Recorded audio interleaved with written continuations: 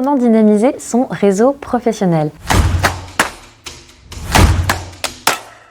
Pour le réseau physique d'abord. Alors, avant d'aller rencontrer du monde, c'est pas mal de se poser des questions. Est-ce que j'ai envie de faire connaître mon projet? Est-ce que j'ai envie de chercher des collaborations? Une fois qu'on s'est posé toutes ces questions, l'idée c'est d'aller rencontrer du monde. Comment? Ça peut être dans des événements, dans des réunions, dans des ateliers. Et alors, comment on trouve tous ces moments d'échange?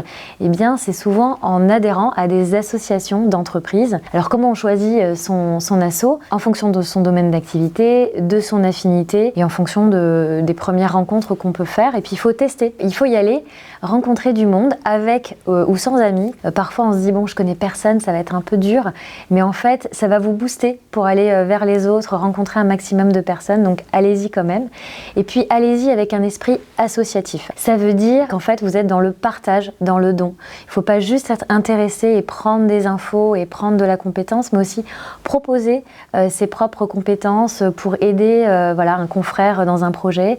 Ça fait vraiment partie d'une relation de réciprocité qui est très appréciée dans le monde associatif. Alors une fois qu'on a fait ça pour le physique, il y a le monde virtuel. Donc il y a LinkedIn qui est le réseau de référence pour le monde pro, mais il y a aussi Insta en fonction de son domaine d'activité. Alors sur LinkedIn ou Insta, likez et puis commentez. Donnez votre avis même s'il est neutre, ça permet de vous repérer en fait. Et puis évidemment partagez des posts ou des articles qui vous ont intéressé. Ensuite, ce qui est intéressant, c'est de faire des messages privés aux personnes qui vous intéressent pour partager votre projet, poser une question. Ça permet de créer un premier lien. Puis une fois qu'on a fait ça, l'idée c'est de prendre un peu du recul sur son réseau professionnel et faire un espèce de mapping des compétences, des profils.